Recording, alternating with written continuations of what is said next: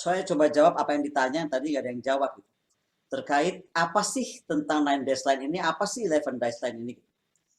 Sebenarnya kalau ini kita mau tahu jujur dan mau tuntas, kita juga harus jelas posisi kita terhadap Taiwan apa. Kita mau anti Cina, anti Cina, anti Cina. Loh, yang bikin ini Cina mana nih? Nih ya, saya mau bagi sesuatu supaya lebih jelas melihatnya. Oke. Ketika saya tanya, Cina atau RRT yang mana, kita coba lihat map tahun 1938 by Ministry of Interior Chongqing. Dia bukan cuma klaim 9 dash line atau 11. Seluruh ini jejak Cina pernah berlayar, mereka klaim. Resmi ini. Oke. Tahun 47, Republic of China atau Taiwan, Minister on Internal Affairs, punya ide 11 dash line. 2009 diambil oleh Cina ide itu menjadi 9 dash line. Kenapa tadi saya bilang pada akhir paparan saya, kita udah mulai harus melihat reuse, rethinking, dan recycle. Karena nggak jelek-jelek amat tuh pemikiran Cina tentang historical claim. Bukan seperti Pak Purba bilang, oh kita juga bisa ke apa tadi ke Tanzania kah, apa Aljazair atau kemana? Bukan itu. Tapi kita akan melihat sebenarnya tuh dulu kita sangat dekat satu sama lain, gitu loh. Karena Cina, kalau dia bisa historical claim, kita mesti belajar dari Cina. Indonesia tuh lemah sekali sama archive system. Kita nggak peduli kok sama perjuangan nenek moyang kita, bagaimana ini jadi Indonesia. Saya makanya suka banget tadi Pak Hendrajit udah mulai memuji Pak Harto, mulai memuji Bung Karno. They do something gitu. Nah, nenek moyang kita juga iya. Apa kita punya catatan nenek moyang kita pernah kemana di dunia ini? Enggak. Saya contohkan ya, saya itu sedang menggali kekuatan Ratu Kalinyamat ketika memerangi Portugis. Nggak ada di lembaga arsip kita. Nggak ada. Saya mesti ke Portugal, dan dari Portugal kita bisa dapat 8 bukti otentik bahwa Ratu Kalinyamat menghajar Portugis itu di Aceh, menghajar Portugis itu dengan Maluku, di Maluku, dengan kapal perang yang hari ini seperti kita melihat kapal induknya Amerika. Makanya kenapa saya tanya, kita tuh masih mau jadi EGP power. Kenapa nggak jadi ruling power seperti Kalinyamat dengan Jeparanya itu kesultanan kecil loh. Indonesia ini udah berapa kali jaga Jepara besarnya. Jadi sekali lagi, kembali kepada tentang pertentangan mau 11 dash line kah, mau 9 dash line, mau 1000 dash line ini juga, kita itu mesti jelas sasarannya siapa. Yang bikin ini Cina mana? Karena semua bukti otentik tentang keberadaan mereka, ini saya mau cerita sedikit aja sebelum kita tutup ya. Jadi jangan ikut-ikutan Amerika anti historical. Kita malah belajar dari sini.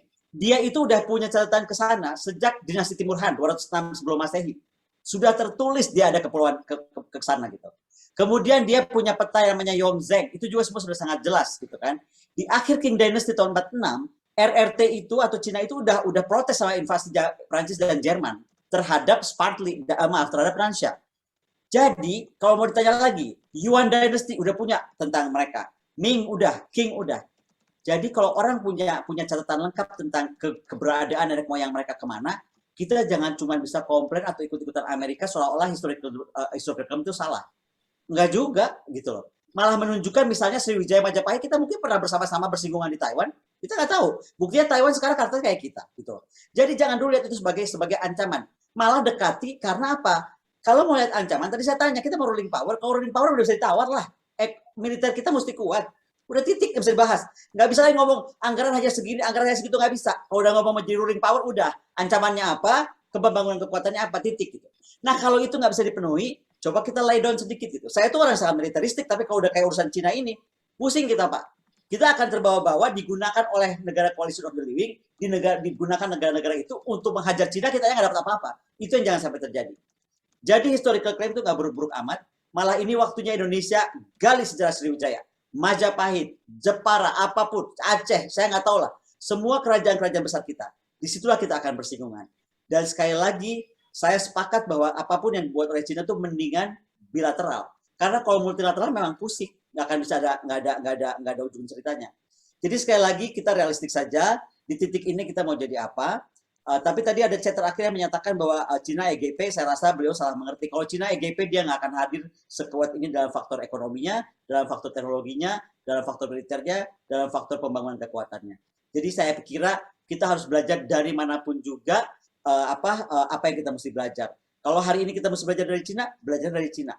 Yang pasti kita harus tahu Indonesia ini mau kemana, mau jadi apa.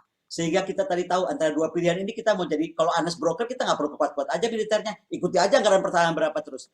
Tapi kalau kita mau jadi peacemaker di sini, kita harus kuat dan itu nggak bisa dibantah, anggaran pertahanan yang signifikan, yang sesuai dengan masukan asrena masing-masing angkatan, apa yang mesti dibeli. Bukan tiba-tiba mau beli ini, mau beli itu dari langit, terus rahasia negara kita nggak boleh tahu. Gitu. Saya kira itu aja dari saya, terima kasih. Terima kasih, Ibu.